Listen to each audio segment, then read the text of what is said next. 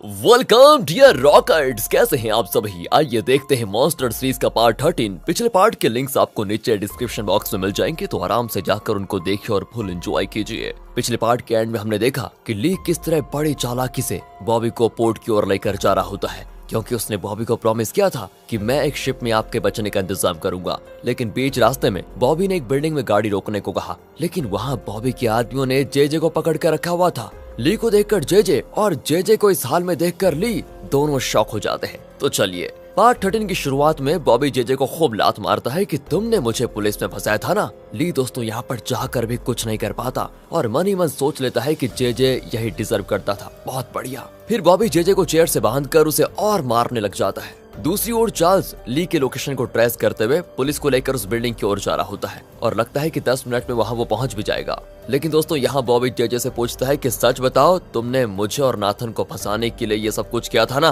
सही कह रहा हूँ ना मैं तो यहाँ से बच निकल जाऊंगा, पर उससे पहले मैं तुम्हारा काम तमाम करके ही जाऊंगा। इतने में दोस्तों ली को एक कॉल आता है। बॉबी पूछता है किसका कॉल है। ली कहता है कि मेरे एक दोस्त का कॉल है जो आपके लिए शिप अरेंज कर रहा है। असल में दोस्तों ये कॉल चार्ल्स का था। वो बताता है कि हम पास आ गए, बस कुछ ही मिनटों के लिए तुम बॉबी को मैनेज कर लो। ली कॉल काट कर बॉबी से कहता है कि मेरा दोस्त कह रहा है कि शिप कुछ ही देर में निकलने वाली है, तो हमें जल्दी वहाँ पहुँचना होगा। तो दोस्तों बॉबी जेजे को मारने के लिए चाकू निकालता ही है। जेजे तो बेबस निगाहों से ली को देखता है कि कैसे भी करके मुझे बचा लो बेटा। लेकिन ली कुछ नहीं कर पाता और सोच लेता है कि इसके साथ शायद यही होना चाहिए था। पर बॉबी चाकू घोंपने से पहले ली से कहता है कि तुम मुझसे बहुत कुछ सीखना चाहते थे ना, ये लो चाकू और कत्ल करने की प्रैक्टिस शुरू करो। अगर तुमने इसका कत्ल कर दिया तो मैं तुम्हें और ज्यादा पैसे दूंगा। बस दोस्तों ली यहाँ पर दुविधा में पड़ जाता है, पर अगर वो चाकू नहीं घोंपेगा तो बॉबी को उस पर शक हो जाएगा। इसलिए वो चाकू लिए जेजे के पास जाता है। जेजे तो पीला पड़ जाता है और कहता है कि प्लीज ऐसा मत करो, ऐसा मत करो। बॉबी वो एकदम खुश हो जाता है कि जेजे मरने वाला है, लेकिन अचानक उसका चेहरा बदलता है और पता चलता है कि ली ने चाकू नहीं बल्कि उससे घुमाकर चाकू के हैंडल जेजे के पेट में घोंपा था। जेजे को दोस्तों कुछ नहीं होता और तभी ली कहता है कि वो लोग आ गए। इतने में पुलिस कार का सायरन सुनाई पड़ता है और उस जगह को पुलिस घेर लेती है। चार्ल्स और पुलिस वालों को देखकर बॉबी बिल्कुल शॉक हो जाता है। उसके आदमी पुलिस पर भी हमला करते हैं, पर वो सभी को पकड़ लेते हैं। अब बॉबी यहाँ से अकेला बच निकलने की कोशिश करता है, पर ली उसे पकड़कर खूब पीटता है। दोस्तों ली फाइटिंग में किसी से कम नहीं था और बहुत बढ़िया अटैक करता है। तब जाकर बॉबी रियलाइज करता है कि इतनी देर से उसने ली पर विश्वास किया और सारा सच बता दिया। इतने में मोबाइल लेकर वो डिलीवरी वाला भी आ जाता है। दोस्तों पैकेज के अंदर वही फोन होता है जिसमें सारा एविडेंस है। बस जेजे तो खुशी के मारे ली को गले लगा लेता है। ली भी सोच लेता है कि बेटा अगली बारी तेरी है, याद रखना। तब तक के लिए जितना खुश होना है हो ले। यहाँ से दिखाते हैं कि डोडो ग्रुप का इन्फ्लुएंस यूज करके नाथन को लॉकअप से छुड़वा दिया जाता है। उसे पिकअप करने के लिए ली और एंड्रयू आए होते हैं। एंड्रयू को देखकर नाथन चिढ़ जाता है कि मुझे लेने इस मनुष्य को साथ लेकर क्यों आए। आखिर दोस्तों वो सब घर पहुंचते हैं, लेकिन नाथन एंड्रयू को घर के अंदर आने नहीं देता और कहता है कि तुम डोडो ग्रुप के नौकर हो, घर के अंदर आने की कभी सोचना भी मत। हाँ एंड्रयू नहीं, बेचारा एंड्रयू बहुत ही इंसल्टेड फील करता है। उसके जाने के बाद वो गेट को टच करके सोचता है इस बड़े घर में मेरी माँ का भी हक होना चाहिए था। दोस्तों घर पर चेयरमैन बड़ा गुस्से में होता है, लेकिन सिंडी मजे में होती है। उसे कोई फर्क नहीं पड़ता कि उसके भाई के साथ क्या हो रहा है। चेयरमैन की वाइफ टेंशन में होती है कि मेरा बेटा कब आएगा। इतने में नाथन आ जाता है और चेयरमैन से कहता है कि पापा मुझे बेल मिल गई है। मैंने कहा था ना कि मैंने कोई गलती नहीं की है। पर दोस्तों असल में 2-3 दिन के बाद कोर्ट ट्रायल शुरू होगा, जिसके बाद पता चलेगा कि ये कितना इनोसेंट है। पर माँ कहती है कि बेटा तुम्हें जेल में कोई तकलीफ तो नहीं हुई ना, सब बढ़िया था ना। वो भी कहता है कि नहीं मम्मी मैं तो मजे में था। चेयरमैन कहता है कि बेटा जरा मेरे कमरे में आओ, तुमसे बिजनेस की जरूरी बातें करनी है। नाथन भी खुश होकर पापा के कमरे में जाता है। अब दोस्तों पहले चेयरमैन दरवाजा बंद करता है, उसके बाद नाथन की ऐसी कुटाई करता है कि मैं आपको क्या बताऊं। वो चिल्लाता है कि पापा मुझे छोड़ दो, मुझे मत मारो। बाहर से सभी सुन रहे होते हैं। चेयरमैन की वाइफ भी कहती है कि प्लीज दरवाजा खोलो, मत मारो मेरे बच्चे को। अंदर दोस्तों चेयरमैन अपने हाथ से नहीं गोल्फ स्टिक से भी पीट रहा होता है, बताओ। इसी बीच ली और मोजो सिंडी से कहते हैं कि सुनिए चेयरमैन आपकी बात जरूर मानेंगे, प्लीज चलिए और कहिए कि वो नाथन को ना मारे। पर कहाँ दोस्तों, वो तो एकदम कूल होकर कहती है कि एक न एक दिन तो नाथन की धुलाई होनी थी। वैसे ली कल हॉस्पिटल में मेरी एड का ट्रायल शूट है, जल्दी से तैयारी कर दो, समझे। यहाँ से दिखाते हैं दोस्तों नाथन ऑफिस आता है। सर पे चोट लगी हुई है उसके। लगता है पापा ने इसका सर फोड़ने में कोई कसर नहीं छोड़ी। वो अपनी टीम से कहता है कि 2 दिन में कोर्ट ट्रायल शुरू होगा और अगर तुम लोगों ने मेरी अच्छे से मदद की तो मैं बहुत बढ़िया बोनस दूंगा सबको। अब दोस्तों जिना परेशान हो जाती है कि नाथन तो बाहर आ गया, लेकिन बेकसूर केन्या अभी भी जेल में बंद है। डोडो ग्रुप हॉस्पिटल में एड शुरू होता है और उसमें सिंडी बताती है कि डोडो ग्रुप हॉस्पिटल में हम पेशेंट्स को अपना परिवार मानते हैं, उनकी देखभाल करते हैं। ये सारी चीज देखकर केन्या की बेटी भाग कर आती है और सिंडी को पकड़कर चिल्लाती है कि तुम झूठ क्यों बोलती हो, तुम सब झूठे हो। सिंडी दोस्तों चौंक जाती है कि ये बच्चे कौन है। अब इतने में एक सिक्योरिटी गार्ड आकर उस बच्चे को दूसरी ओर धक्का दे देता है। वो गिरकर बेचारी बेहोश हो जाती है। सिंडी अब बहुत डर जाती है कि अब क्या होगा। इतने में जिना आकर उस बच्ची को उठाती है और डॉक्टर को तुरंत बुलाती है। सिंडी बाहर जाकर ली से पूछती है क्या उस बच्ची की यह हालत मेरे भाई नाथन की वजह से हुई है? क्या वो T9 का अंधाधुंध यूज करके मासूम लोगों की जान के साथ खेल रहा है? ली कहता है कि हाँ, मैं भी शर्मिंदा हूँ कि ऐसे बॉस के लिए मुझे काम करना पड़ रहा है। इतने में जिना आकर बताती है कि वो लड़की अब ठीक है, कोई टेंशन लेने की जरूरत नहीं है, उसे कैंसर है वैसे, और वो अक्सर इस तरह बेहोश होती है। सिंडी दोस्तों अब उस चुटकी से मिलने जाती है और मजाक करने लग जाती है कि तुम बेहोश होने की एक्टिंग कर रही थी ना। एंड वो भी कहती है कि हाँ मैं एक्टिंग कर रही थी, इसलिए मेरे सारे बाल झड़ गए और मुझे रोज बहुत सारी दवाइयाँ खानी पड़ती है, इसलिए मैं स्कूल नहीं जा पाती, जबकि सारे बच्चे स्कूल जाते हैं। देखो मैं पढ़ने के बजाय यहाँ हॉस्पिटल में पड़ी रहती हूँ। दोस्तों चुटकी के मुंह से इतनी दुख भरी बातें सुनकर ना लगता है सिंडी पिघल गई यहाँ पर। उसे बहुत बुरा लगता है और कहती है मैं जानती हूँ कि तुम्हारी माँ को जेल में रखा गया है और मैं उन्हें बाहर निकालने का इंतजाम करूंगी, वो जल्द से जल्द बाहर होंगी।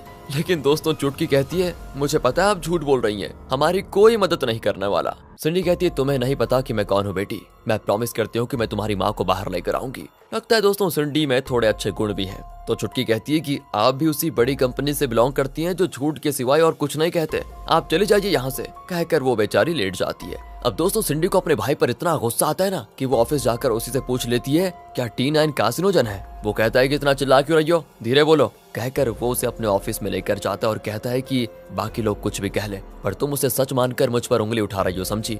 वो कहती है कि मैं तुम्हारा ऐसा पर्दाफाश करूंगी कि तुम उम्र भर जेल में सड़ोगे, मैं अभी पापा को सब बताने जा रही हूँ। वो डर जाता है दोस्तों कि पापा को तो हार्ट प्रॉब्लम है, तुम और कुछ बताकर उनको मार डालोगी क्या। और वैसे T9 कोई खतरनाक केमिकल नहीं है, समझी, उससे कोई खतरा नहीं होता। इतने में दोस्तों चेयरमैन का कॉल आता है। नाथन के तो पसीने छूट जाते हैं कि कहीं पापा को पता तो नहीं चल गया। चेयरमैन कहता है कि एक बात बताओ, तुमने मुझसे ये क्यों छुपाया कि T9 में तुमने कार्सिनोजन केमिकल्स मिक्स किया है। तुम अभी घर आ जाओ, मुझे तुमसे अभी बात करनी है अर्जेंट।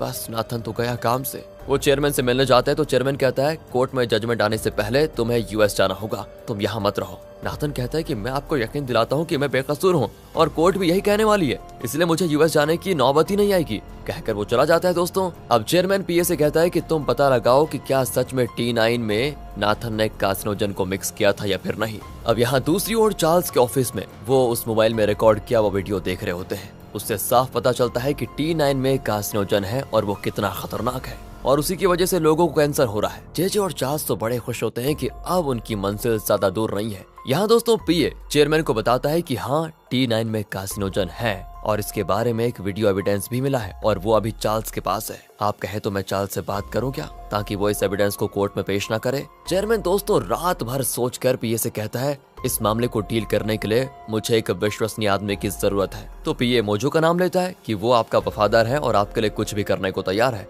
दोस्तों आपको याद होगा PA ने मोजो को प्रॉमिस किया था कि अगर वो चेयरमैन के नाजायज बेटे का पता लगाएगा तो PA मोजो को चेयरमैन के नजदीक जाने का मौका दिलवाएगा और चेयरमैन भी उसकी वफादारी को टेस्ट करने के लिए कई सवाल पूछता है और मोजो उसे कन्विंस करने में बिल्कुल सफल भी हो जाता है। तो इस तरह अब चेयरमैन को मोजो पर हो गया है दोस्तों पूरा विश्वास। दूसरी ओर जेजे एंड्रयू को लेकर नेल से मिलने के लिए एक होटल जाता है। एंड्रयू बाहर खड़ा उन दोनों की बातें सुन रहा होता है। जेजे यहाँ नेल को बताता है कि हमें जो एविडेंस मिला है उसके आधार पर हम नाथन को हमेशा के लिए जेल भिजवा देंगे, फिर डोडो ग्रुप हमारा हो जाएगा। ये सुनकर एंड्रयू सोचता है कि मेरे बाप की कंपनी को तुम हड़पोगे और मैं देखता रहूंगा, मैं तुम्हारे हाथ की कठपुतली हूँ क्या। अगले सीन में दोस्तों जिना केन्या को देखने जेल में जाती है पर तभी एक एम्बुलेंस वहां से निकलता है। तभी जॉन कहता है कि केन्या की तबीयत बहुत खराब हो गई थी, उसी को हॉस्पिटल लेकर जा रहे हैं। वहां लाख कोशिश के बाद भी केन्या को होश नहीं आता और दोस्तों वो कोमा में चली जाती है। उसकी बेटी यानी वो चुटकी बहुत रोती है। जिना उसे कैसे भी करके शांत करती है कि तुम्हारी माँ ठीक हो जाएगी और जब नाथन को ये पता चलता है तो वो बड़ा खुश होता है। अब जेजे पर्दे के पीछे नाथन के खिलाफ बहुत कुछ करता है लेकिन उसके सामने उसका वफादार होने की एक्टिंग बड़ी अच्छी करता है। वो भी नाथन के साथ मिलकर खुश हो लेता है। दूसरी ओर हॉस्पिटल में चुटकी अपनी माँ के पास बैठकर उसे कहानी पढ़कर सुना रही होती है। जिना कहती है बेटी ये क्या कर रही हो तुम। वो कहती है डॉक्टर ने कहा था कि माँ सुन सकती है इसलिए इनको कहानी सुना रही हूँ। फिर वो जल्दी अच्छी हो जाएंगी ना। जिना की समझ में नहीं आता कि वो क्या कहे इस बच्ची को। चुटकी जिना को एक लेटर देती है और कहती है ये माँ की ड्रेस में था, इस पर आपका नाम लिखा है। वो चुटकी को सोने के लिए भेज देती है और खुद केन्या के पास बैठ जाती है। ली भी वहाँ पर आ जाता है और केन्या की हालत को देखकर उससे भी बहुत दुख होता है। वो भी केन्या के पास बैठकर कहता है कि मैं जानता हूँ आप मेरी बात सुन पाएंगी। कल कोर्ट में नाथन के केस की हियरिंग है। सब सोच रहे हैं कि कल की हियरिंग सिर्फ नाथन के काले धन के बारे में है, पर हम एविडेंस के साथ ये प्रूव करने वाले हैं कि T9 से कितना खतरा होता है। इतने दिन आप जो लड़ाई लड़ रही थी ना, उसे सफलता जरूर दिलवाएंगे हम, और उसके बाद T9 को कहीं भी किसी रूप में यूज नहीं किया जाएगा। नाथन को मिलेगी कड़ी सजा। सिर्फ और सिर्फ आपके विश्वास और स्ट्रगल की वजह से ये सब कुछ होने जा रहा है। मुझे उम्मीद है कि आप अपनी सफलता को जरूर देख पाएंगी। दोस्तों, ये सारी बातें सुनकर केन्या की आंखों में आंसू जरूर निकल आते हैं। तो अगले सीन में एंड्रयू बार में बैठा ड्रिंक कर रहा होता है। वो जिना को बुलाना चाहता है पर कॉल नहीं करता।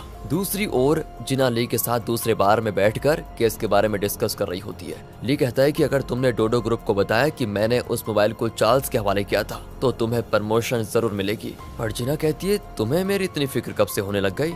इतने में दोस्तों एंड्रयू उसे कॉल कर ही देता है और पूछता है कि तुम कहाँ हो। जिना कहती है मैं बार में पी रही हूँ। एंड्रयू कहता है मैं भी आ जाऊं क्या। वो कहती नहीं, मैं चैंग के साथ हूँ, यानी ली के साथ। बस दोस्तों एंड्रयू भड़क जाता है कि तुम उसके साथ क्यों गई। कल हियरिंग में नाथन के लिए हमें कुछ क्वेश्चंस और आंसर तैयार करने हैं, तुम भूल गई क्या। और तुम हो कि एकदम गैर जिम्मेदार होकर शराब पी रही हो। जिना भी चिढ़कर कहती है कि मैं अपना काम कर लूंगी, तुम अपनी सोचो। कहकर वो कॉल काट देती है। दोस्तों अब यहाँ ली कहता है कि एंड्रयू को तुम्हारी बहुत फिक्र लगती है। हाँ, खाक फिक्र लगती है। अरे वो तो इसीलिए बुला रहा है ताकि मैं क्वेश्चन तैयार कर पाऊं कि कल कोर्ट में नाथन से क्या क्या पूछा जाएगा, और उसके हिसाब से हमें नाथन को ट्रेन करना है कि क्या जवाब देना है उसे। अगले दिन दोस्तों कोर्ट की हियरिंग से पहले ली, जिना और एंड्रयू नाथन को कुछ क्वेश्चंस देने आते हैं और बताते हैं कि इसमें जो जवाब है वही कोर्ट में दीजिएगा। फिर वो नाथन को लेकर कोर्ट जाने लग जाते हैं। रास्ते में जिना नाथन को समझा रही होती है कि तुम्हें किस तरह जवाब देना है। वो गधा सुनते सुनते जिना के कंधे पे हाथ डालता है और जबरदस्ती अपनी ओर खींचने लगता है। जिना भी उसका हाथ हटाती है पर वो कहाँ मानने वाला था। रियर व्यू मिरर से एंड्रयू सब कुछ देख रहा होता है। उसे बहुत गुस्सा आता है उस समय तो। ली भी ये देख लेता है और अचानक स्टीयरिंग को दूसरी ओर घुमाता है और एंड्रयू सडन ब्रेक मारता है। इसी वजह से नाथन आगे की सीट से टकरा जाता है और ये बहुत ही अच्छा मौका है। ये सोचकर जिना नाथन के पैर पर अपना पैन खोप देती है। वो भी दर्द से चिल्लाने लग जाता है तो जिना कहती सॉरी सर, सडन ब्रेक की वजह से गलती हो गई और पैन आपको लग गया। नाथन तो फिर एंड्रयू को डांटता है कि सड़क देखकर गाड़ी चलाओ, गधे कहीं के। एंड्रयू हंसकर कहता है कि सॉरी सर, वो पॉट होल आ गया था, मैंने ध्यान नहीं दिया। इस तरह दोस्तों वो आखिरकार कोर्ट पहुंच जाते हैं। कोर्ट के अंदर बाथरूम में जेजे और चार्ल्स की मुलाकात होती है। वो डिस्कस कर रहे होते हैं कि एविडेंस अगर जज ने एक बार देख लिया बस तो वो नाथन को ऐसी सजा देंगे कि वो हमेशा के लिए हमारे रास्ते से हट जाएगा। चार्ल्स कहता है सुनिए, मैंने तो आपका बताया वो काम कर दिया, अब आपकी बारी मेरे लिए कुछ करने की। क्या आपने अपने ससुर यानी नेल से वो बात की जो मैंने कहा था आपको। जेजे कहता है कि हाँ मैंने बात कर ली है, वो तुम्हें तरक्की दिलवाने के लिए बिल्कुल तैयार है। कोर्ट के बाहर नाथन को मीडिया वाले घेर लेते हैं और पूछते हैं कि आपको क्या लगता है कि कोर्ट का फैसला क्या होगा। वो कहता है देखिए मैं निर्दोष हूँ और मुझ पर झूठा इल्जाम लगाया गया है, मैं अपनी बेगुनाही साबित करके रहूंगा। इस तरह बढ़िया डायलॉग मारकर वो कोर्ट के अंदर जाता है। दूसरी ओर चेयरमैन और पीए पार्क में होते हैं दोस्तों। लगता है पीए कई सालों से ये विग लगाता था तो चेयरमैन कहता है कि तुम्हारा ये टकला सर देखे हुए कितने साल हो गए। लगता है दोस्तों दोनों कई सालों से क्लोज फ्रेंड्स भी हैं। चेयरमैन कहता है कि अगर मेरे बेटे ने वो सब कुछ किया है जिसका उस पर इल्जाम लगा है ना, तो उसे 10 साल क्या उम्र भर कैद मिले मैं तो चाहता हूँ। मुझे कोई चिंता नहीं है उसकी, क्योंकि उसने जो गलत किया उसे उसकी सजा मिलनी ही चाहिए। पर दूसरे एंगल से देखें तो अगर उसका जुर्म साबित हो गया तो इतने सालों से डोडो ग्रुप ने मार्केट में जो रिस्पेक्ट कमाया वो मिट्टी में मिल जाएगा। इसलिए हमें डोडो ग्रुप का इमेज बनाए रखने के लिए कोई ना कोई कदम तो उठाना ही पड़ेगा। और यहाँ पर दोस्तों साफ पता चलता है कि चेयरमैन अपने बेटे के लिए नहीं लेकिन डोडो ग्रुप को बचाने के लिए कोई मास्टर प्लान जरूर बना रहा है। कोर्ट में नाथन, बॉबी और नाथन का पार्टनर मसन केमिकल्स का ओनर इन सबसे चार्ल्स सवाल कर रहा होता है। वो एक ही बात कहते हैं कि इसमें नाथन का कोई हाथ नहीं है, उसकी जानकारी के बिना हमने डोडो ग्रुप के नाम पर इलीगल बिजनेस किया और काला धन कमाया। दोस्तों असल में ये लोग डोडो ग्रुप के कहने पर ही नाथन को बचाने की खातिर ऐसा कर रहे हैं। जज पूछते हैं कि क्या आपके पास नाथन के खिलाफ कोई और ठोस सबूत है जिससे ये साबित हो सके कि नाथन ने इलीगल बिजनेस किया और काला धन कमाया। इस पर चार्ल्स कहता है कि काले धन से बड़ा एक प्रॉब्लम अब यहाँ पर खड़ा हो चुका है। और वो प्रॉब्लम है T9, क्योंकि केन्या के पति यानी एक्स एमएलए ने डोडो ग्रुप के एक रिसर्चर का वीडियो रिकॉर्ड किया था, जिससे साफ जाहिर हो जाएगा कि नाथन ने जानबूझकर सिर्फ अपने पार्टनर मसन केमिकल्स का कार्सिनोजन यूज करने के लिए अपने प्रोडक्ट्स में उसका इस्तेमाल किया। ये देखिए, ये उस एमएलए का मोबाइल है जो हमारे हाथ लगा है। दोस्तों, नाथन यहाँ चौंक जाता है कि ये तो काले धन का केस चल रहा है, बीच में T9 केस क्यों घुसाया जा रहा है। तो दोस्तों, इस पर जे सिर्फ नाम के वास्ते उठकर कहता है कि ऑब्जेक्शन योर ऑनर, ये लोग केस की दिशा बदलने की कोशिश कर रहे हैं। पर जज कहते हैं कि नहीं, अगर इसमें कोई प्रूफ है तो कोर्ट उसको देखना चाहती है। नाथन के पसीने पसीने हो जाते हैं कि अब मुझे कोई नहीं बचा सकता। बस तब होती है दोस्तों यहाँ पर पीए की एंट्री। लगता है बहुत तगड़ा प्लान बनाकर आया है ये। कोर्ट में वीडियो प्ले करते हैं तो उसमें से फाइल गायब। ली, जे और चार्ल्स सभी चौंक जाते हैं और नाथन वो खुशी के मारे हो जाता है पागल कि देखा, मैंने कहा था ना कि मेरे खिलाफ ये लोग साजिश कर रहे हैं, कोई प्रूफ नहीं है इनके पास। और दोस्तों, तब पीए मोजो को देखता है और यहाँ दिखाते हैं एक बढ़िया वाला फ्लैशबैक कि उस दिन जब पीए मोजो को चेयरमैन के पास लेकर गया तो उनकी मीटिंग के दौरान चेयरमैन ने मोजो से कहा कि मुझे अपने बेटे की चिंता नहीं है, सिर्फ डोडो ग्रुप की फिक्र है। चार्ल्स के पास जो मोबाइल है उसमें नाथन के खिलाफ कोई वीडियो है, उसे तुम किसी भी तरह मिटा दो। और दोस्तों, मोजो चार्ल्स के ऑफिस में एक आदमी को जानता था जिसने मोजो के कहने पर न सिर्फ उस मोबाइल का वीडियो मिटाया बल्कि कंप्यूटर में जो बैकअप था वो भी डिलीट कर दिया। और अब नाथन के खिलाफ कोई एविडेंस नहीं बचा और उसे इस तरह इस केस से छुटकारा मिल जाएगा। ली, जिना और एंड्रयू तो परेशान हो जाते हैं कि न्याय मिलने के लिए हमने कितनी मेहनत करी और ये क्या हो गया। पर जज कहते हैं कि 1 घंटे के बाद ये सुनवाई फिर शुरू होगी, कहकर वो चले जाते हैं। एक और जे और चार्ल्स के बीच बहस होने लग जाती है। जे कहता है कि तुम्हें उस डेटा को और सेफ रखना चाहिए था, कम से कम बैकअप रखा है या फिर वो भी नहीं है। चार्ल्स कहता है लगता है किसी ने वो भी डिलीट कर दिया। दूसरी ओर जिना, ली और एंड्रयू बाहर बैठे होते हैं बड़ी टेंशन में। जेने उस लेटर को पढ़ती है जो केन्या ने लिखा था और जो चुटकी ने जिना को दिया था। उसमें केन्या ने जिना के लिए लिखा था कि जब ये लेटर तुम्हारे हाथ लगेगा तो शायद तब तक मैं मर चुकी होंगी। मेरे बाद इस लड़ाई को तुमने लड़ना है। अब तक T9 और डोडो ग्रुप के बारे में मैंने जो भी एविडेंस कलेक्ट किया है वो सब मेरे लैपटॉप में है और मेरे बाद मेरी बच्ची का ख्याल तुम रखना प्लीज। मैं जानती हूँ कि मैं तुम पर कितना बोझ लाद रही हूँ, पर मैं क्या करूँ, मुझे सिर्फ तुम पर भरोसा है। ये सब कुछ पढ़कर जिना बहुत इमोशनल हो जाती है दोस्तों। इसी बीच ली को पैनी की बात याद आती है। ली ने उससे कहा था कि एविडेंस तो मिट चुका है, लेकिन मैंने उस वीडियो को देखा था, मैं कोर्ट में बयान दूंगा। पर पैनी ने कहा था कि उससे क्या फायदा होगा, उल्टा डोडो ग्रुप तुम्हें काम से निकाल देगा, फिर देखो तुम्हारे पास कुछ काम नहीं बचेगा, इसलिए तुम कुछ मत कहना। दूसरी ओर दोस्तों, एंड्रयू भी सोच में पड़ जाता है क्योंकि उसने जेजे से कहा था कि वीडियो तो अब डिलीट हो गया है, तो क्या मैं नाथन के खिलाफ बयान दे दूं। पर जेजे ने उसको समझाया कि सुनो मेरी बात, तुमने अपने पिता के करीब जाने के लिए कितनी मुश्किलें झेली पता है ना तुम्हें, और अब अगर तुमने गवाही दे दी तो फिर तुम कभी अपने पापा को देख भी नहीं पाओगे, तुम्हें डोडो ग्रुप से बाहर कर दिया जाएगा। जिना कहती है कि मैं विटनेस बनूंगी, मुझे नाथन के बारे में बहुत कुछ पता है। एंड्रयू कहता है देखो मजाक मत करो तुम, अभी तक तो तुम नौकरी खोने के डर से चुप थी और अब अचानक डोडो ग्रुप के खिलाफ गवाही दोगी क्या, फिर पैसों के लिए क्या करोगी तुम। इसके बाद दोस्तों जिना चार्ल्स से मिलने जाती है और कहती है मैं विटनेस बनने को तैयार हूँ चाहे कुछ भी हो जाए। पहले तो वो पूछता है कि तुम हो कौन। तो यहाँ से दोस्तों इनकी बात जब हो जाती है तो 1 घंटे के बाद कोर्ट में दिखाते हैं। जज कहते हैं कि नाथन के खिलाफ अब तक कोई ठोस एविडेंस नहीं मिला है, इसलिए 2 घंटों में इस केस का फैसला सुनाया जाएगा, तब तक के लिए कोर्ट डिसमिस। जज अपनी बात पूरी करने वाले होते हैं कि चार्ल्स कहता है सुनिए, मेरे पास एक और विटनेस है जो इस केस में गवाही देगी। और दोस्तों तब जिना खड़ी उठ जाती है, सभी एकदम से चौंक जाते हैं कि ये क्या हुआ। नाथन तो घबराया जाता है कि ये मेरे खिलाफ गवाही देगी, मुझे तो शौक ही हो जाता है कि ये अपनी कंपनी के खिलाफ गवाही देने वाली है क्या। तो जिना विटनेस स्टैंड पर खड़ी होकर शपथ लेती है कि वो सच के सिवा कुछ नहीं कहेगी। नाथन का ब्लड प्रेशर दोस्तों इतना हाई हो जाता है कि लगता है फटने वाला है।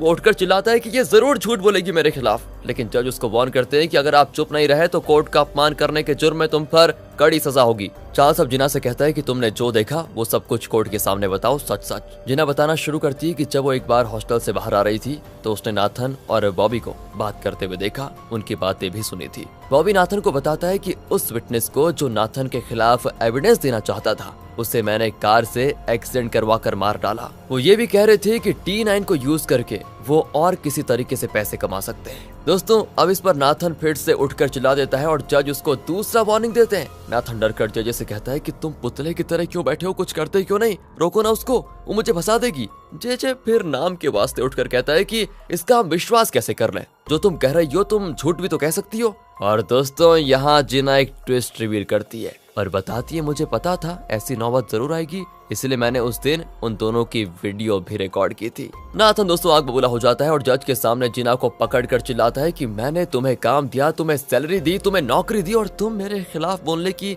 हिम्मत कैसे जुटा पा रही हो, और ये सारी चीजें तुम कर किसके लिए रही हो। जज कहता है कि नाथन को कोर्ट रूम से बाहर लेकर जाओ इसको। पर दोस्तों तब जिना कहती है कि इसे बाहर मत भेजिए, आगे मैं जो बताने जा रही हूँ उन बातों को अगर ये भी सुने तो बेहतर होगा।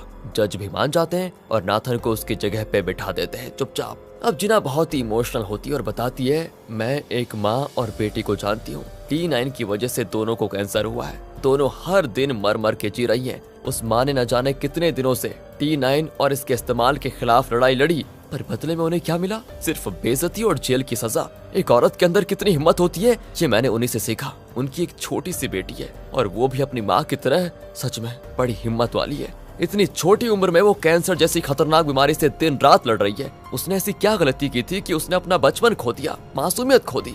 उससे मुझे ये सीख मिली कि मुझे खुद पर कितना शर्मिंदा होना चाहिए। दोस्तों वो नाथन को देखकर कहती है आपने मुझे गद्दार कहा ना, गद्दार क्योंकि मैं उस कंपनी के खिलाफ गवाही दे रही हूँ जिसने मुझे नौकरी दी, इसलिए ना। हाँ तो मैं गद्दार हूँ। आपके प्लांट में जो T9 यूज करके प्रोडक्ट्स बनते हैं उसकी वजह से न जाने कितने हजार लोगों को कैंसर हुआ है, कितने ही लोग मारे गए हैं और इस वक्त भी मर रहे हैं। सारा सच जानकर भी मैंने उन लोगों की मदद नहीं की और चुप रही, सिर्फ इसलिए कि डोडो ग्रुप में मेरी नौकरी ना चली जाए। इस हिसाब से तो मैं गद्दार हूँ ही। मैंने अपने लोगों के साथ गद्दारी की है, सच में गद्दारी की है। अगर मैं पहले ही आपके खिलाफ अपना मुंह खोल देती तो शायद कई लोगों की जान बच सकती थी। दोस्तों ये सुनकर ली की आंखों में भी आंसू आ जाते हैं और यहाँ पर होता है पार्ट 13 का दी एंड। क्यों दोस्तों था ना ये थोड़ा बहुत ही पावरफुल पार्ट, खास करके इस पार्ट का दी एंड। इसके बाद नाथन का क्या हुआ, क्या उसको सजा मिली या नहीं, खासकर जिना का क्या हुआ, ये सब जानने के लिए चले इंतजार कीजिए पार्ट 14 का। और आगे के पार्ट्स देखना चाहते हैं तो सीरीज की वीडियोस को लाइक और ज्यादा से ज्यादा शेयर कीजिए और अपने चैनल को सब्सक्राइब भी तो है ना। तो फिर मिलते हैं अगली वीडियो में, ध्यान रखेगा अपना and finally thanks for watching.